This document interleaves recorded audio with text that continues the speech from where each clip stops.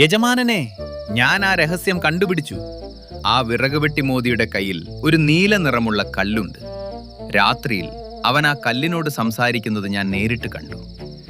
ഈ ഗ്രാമത്തിൽ നടക്കുന്ന അത്ഭുതങ്ങളെല്ലാം ആ കല്ലിന്റെ മഹിമയാണ്.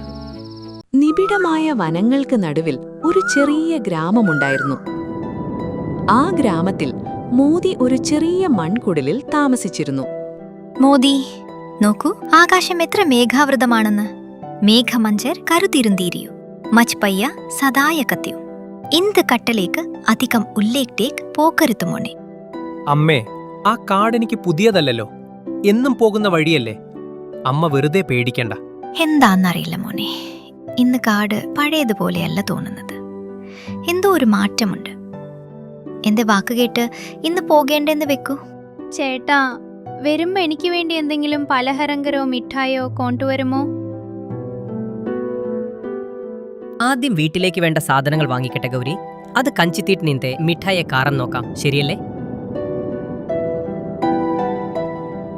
വേഗം തിരികെ പറഞ്ഞ മുന്നേ. ഞാൻ വേഗം വരാമാ. മോദി തെരുവിലേക്ക് വന്നപ്പോൾ ഒരു വൃദ്ധൻ ഭാരമേറിയ വണ്ടി കഷ്ടപ്പെട്ട് തള്ളിക്കൊണ്ടുപോകുന്നത് ശ്രദ്ധിച്ചു. മുത്തശ്ശ, നിങ്ങൾ നിൽക്കൂ. ആ വണ്ടി ഞാൻ തളിക്കോളാം. നിങ്ങൾ സാവധാനം നടന്നുവാരൂ. അയ്യോ മോദി മോനെ, എനിക്ക് വേണ്ടി നീ എന്തിനാണ് എല്ലാ തവണയും ഇത്ര കഷ്ടപ്പെടുത്തു? ഇതിലെന്ത് കഷ്ടപ്പെടാന് മുത്തശ്ശ? വിരക് ചുമക്നേനി ഈ വന്തി തല്ലുന്നത് വലിയ കാര്യമാനോ? ഈ തേനിക് ശിലാമുലൽ പണിയാലല്ലേ. മോനെ, ദൈവം നിന്നെ അനുഗ്രഹിക്കും. അതേസമയം ഭൈരവ് സിംഗ് തന്റെ വേലക്കാരനോടൊപ്പം അങ്ങോട്ട് വരികയായിരുന്നു. ഈ ഗ്രാമത്തിന്റെ വിധി ഇത്രയൊക്കെയുള്ളൂ. ഒരിക്കലും മാറില്ല. ജീവിതകാലം മുഴുവൻ ഇങ്ങനെ ഒരാളുടെ കീഴിൽ കൂലിപ്പണി ചെയ്ത് കഴിയാനാണ് ഇവരുടെ വിധി. സത്യമാണ് യജമാനനെ, നിങ്ങൾ പറഞ്ഞത് ശരിയാണ്. ഇവരുടെ അവസ്ഥ എപ്പോഴും ഇങ്ങനെ തന്നെയായിരിക്കും. ദൂരെ നിന്നിതെല്ലാം ശ്രദ്ധിച്ച ഭൈരവ് സിംഗ് പുച്ഛത്തോടെ അവിടെ നിന്ന് നടന്നുപോയി. മോദി കാട്ടിലേക്ക് പോയി. അവിടെ മരം വെട്ടുന്നതിനിടയിൽ നദീതീരത്ത് തിളങ്ങുന്ന ഒരു നീല കല്ല് അവൻ കണ്ടു. മോദി ആ കല്ല് കയ്യിലെടുത്തു. ഉടനെ വലിയ കാറ്റ് വീശാനും മരങ്ങൾ ഉലയാനും തുടങ്ങി.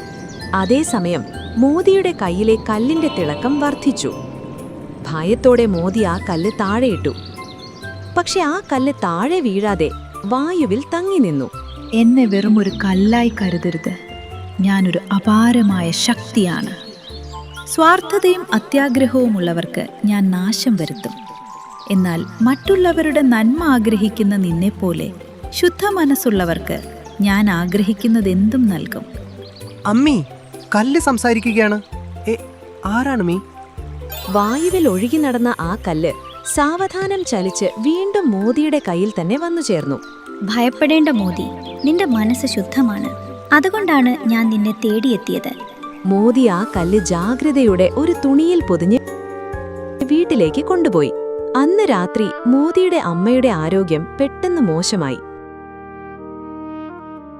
ചേട്ടാ, അമ്മയുടെ അവസ്ഥ ഒട്ടും ശരിയല്ല. രാവിലെ മുതൽ ആരോഗ്യം വീണ്ടും മോശമായി. മരുന്ന് വാങ്ങാൻ വീട്ടിലൊരു നയാ പൈസ പോലെ ഇല്ല. എനിക്ക് വലിയ പേടിയാകുന്നു ചേട്ടാ. ഒന്നുമില്ല ഗൗരി, ഞാനുണ്ടല്ലോ. അമ്മയ്ക്കൊന്നും സംഭവിക്കില്ല. എല്ലാം ശരിയാകും. മോദി തുണിയിൽ പൊതിഞ്ഞു വെച്ചിരുന്ന ആ നീലക്കല്ല് പുറത്തെടുത്തു. ഓ മാന്ത്രിക കല്ലേ, നിനക്ക് ശരിക്കും ശക്തിയുണ്ടെങ്കിൽ ദയവായി എന്റെ അമ്മയെ രക്ഷിക്കൂ. ഞങ്ങൾക്ക് അമ്മയാണെല്ലാം. അമ്മയെ പഴയതുപോലെ ആരോഗ്യവതിയാക്കൂ. ആ കല്ല് സാവധാനം പ്രകാശിക്കാൻ തുടങ്ങി. ആ പ്രകാശമേറ്റയുടനെ അമ്മ സാവധാനം കണ്ണു തുറന്ന് മോദിയെ നോക്കി. ചേട്ടാ, നോക്കൂ, അമ്മ ഇപ്പോ സമാധാനമായി ശ്വസിക്കുന്നുണ്ട്. ശ്വാസമെടുക്കുന്നത് സാധാരണ നിലയിലായി ചേട്ടാ. കണ്ടോ ഗൗരി, അമ്മ ഇപ്പോൾ സുഖമായി ഉറങ്ങുകയാണ്. നീയും പോയി കിടന്നു. നാളെയേക്കും അമ്മ പൂർണ്ണമായും സുഖം പ്രാപിക്കും. പിന്നീട് ഒരു രാത്രി മോദി ഒരു പാവപ്പെട്ട കർഷകന്റെ ഉണങ്ങിയ പാടത്തേക്ക് രഹസ്യമായി പോയി. തന്റെ കയ്യിലുള്ള നീലക്കല്ല് പുറത്തെടുത്ത് അതിന്റെ സഹായത്തോടെ ആ ഉണങ്ങിയ പാടത്തെ പച്ചപ്പുള്ളതാക്കി മാറ്റി. അടുത്ത ദിവസം രാവിലെ അവിടെ ജനം തടിച്ചുകൂടി. അരേ, ഈ പാടം ഇന്നലെ വരെ ഉണങ്ങിക്കിടക്കുകയായിരുന്നല്ലോ. ഏതോ വലിയ അത്ഭുതം നടന്നിരിക്കുന്നു ചേട്ടാ. ഇതെങ്ങനെ സംഭവിച്ചുവെന്ന് എനിക്കറിയില്ല. പക്ഷെ ആ ദൈവം എന്റെ പ്രാർത്ഥന കേട്ടു. ഇതെല്ലാം ദൂരെ നിന്ന് ശ്രദ്ധിച്ച ഭൈരവ് സിംഗ് ആ പച്ചപ്പുള്ള പാടം കണ്ട് സംശയത്തോടെ പുരികം ചുളിച്ചു. എന്താണിത്? ഇന്നലെ വരെ ഒരു തുള്ളി വെള്ളമില്ലാതെ ഉണങ്ങിക്കിടന്ന ഈ പാടം രാത്രിക്ക് രാത്രി എങ്ങനെ ഇത്ര പച്ചപ്പുള്ളതായി മാറി? ഇതെങ്ങനെ സാധ്യമാകും? അറിയില്ല യജമാനെ. ഇതിന് പിന്നിൽ എന്തോ നിഗൂഢതയുണ്ട്. എനിക്കൊടുന്ന ചയനം പോയി കണ്ടുപിടിക്കൂ. മറ്റൊരു രാത്രി മോദി ആ മാന്ത്രിക കല്ലിന്റെ സഹായത്തോടെ ഒരു പാവപ്പെട്ടവന് പുതിയൊരു കുടിൽ നിർമ്മിച്ചു നൽകി. വേലക്കാരൻ ഒരിടത്ത് ഒളിച്ചിരുന്ന് ഇതെല്ലാം നിശബ്ദമായി ശ്രദ്ധിക്കുന്നുണ്ടായിരുന്നു.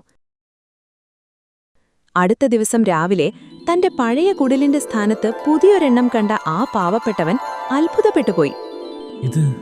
ഇതെങ്ങനെ സാധ്യമായി? തന്റെ സഹായം വഴിയുണ്ടായ ആ സന്തോഷം മോദി ദൂരെ നിന്ന് തൃപ്തിയോടെ നോക്കി നിന്നു. ആരോടും പറയാതെ അവൻ അവിടെ നിന്ന് മടങ്ങിപ്പോയി.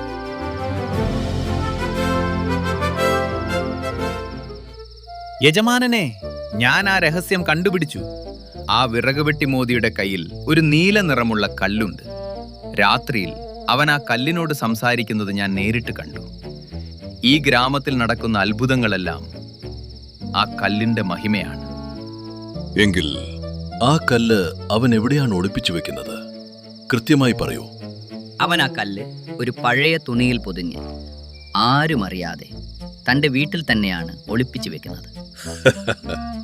ആ മാന്ത്രിക കല്ല് എന്റെ കയ്യിൽ കിട്ടിയാൽ ഈ ലോകത്തിലെ ഏറ്റവും വലിയ ശക്തിമാൻ ഞാനാകും. എന്റെ വാക്കിന് എതിരുണ്ടാകില്ല. പക്ഷേ യജമാനനെ, ആ കല്ലിന് വലിയ മാന്ത്രിക ശക്തിയുണ്ടെന്ന് ഗ്രാമവാസികൾ പറയുന്നു. എനിക്കെന്തോ ചെറിയ പേടി തോന്നുന്നു യജമാനനെ. ഞാൻ ജമീന്ദാറാണ്. എനിക്ക് പേടി എന്താണെന്നറിയില്ല. ആ കല്ല് നീ എവിടെ നിന്ന് കൊണ്ടുവരും, എങ്ങനെ കൊണ്ടുവരും എന്നതൊന്നും എനിക്കറിയണ്ട. ഈ രാത്രി കഴിയുന്നതിന് മുൻപ് അത് എന്റെ അടുത്തുണ്ടാവണം, അത്ര തന്നെ. ഒരു ദിവസം മോദി വീട്ടിലില്ലാത്ത സമയം നോക്കി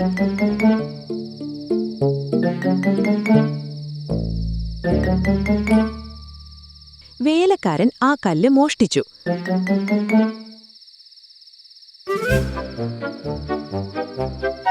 അത് ഭൈരവ് സിംഗിന്റെ കയ്യിലെത്തിച്ചു. ആ രാത്രി ഭൈരവ് സിംഗ് ആ കല്ല് കയ്യിലെടുത്ത് തന്റെ അത്യാഗ്രഹത്തോടെ പൊട്ടിച്ചിരിച്ചു.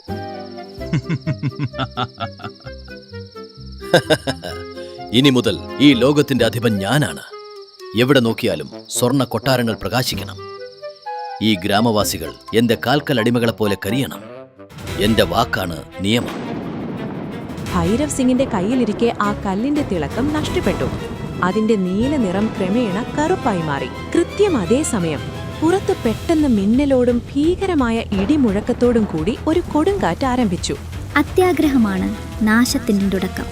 ഭയത്തോടെ ഭൈരവ് സിംഗ് ആ കല്ല് എറിഞ്ഞു കളയാൻ ശ്രമിച്ചുവെങ്കിലും അത് അയാളുടെ കയ്യിൽ തന്നെ ഒട്ടിപ്പിടിച്ചു. ആ വലിയ കൊട്ടാരം ഭൂകമ്പമുണ്ടായതുപോലെ കുലുങ്ങി. ചുമരുകൾ വിണ്ടുകീറി ഒരു വശം തകർന്നു വീണു. അമ്മോ, രക്ഷിക്കൂ! ആരെങ്കിലും ഉണ്ടോ? എന്നെ രക്ഷിക്കൂ! ഈ കല്ല് എന്നെ വിടുന്നില്ല, എന്നെ കൊല്ലുകയാണ്. എന്നെ വിട്ടയക്കൂ.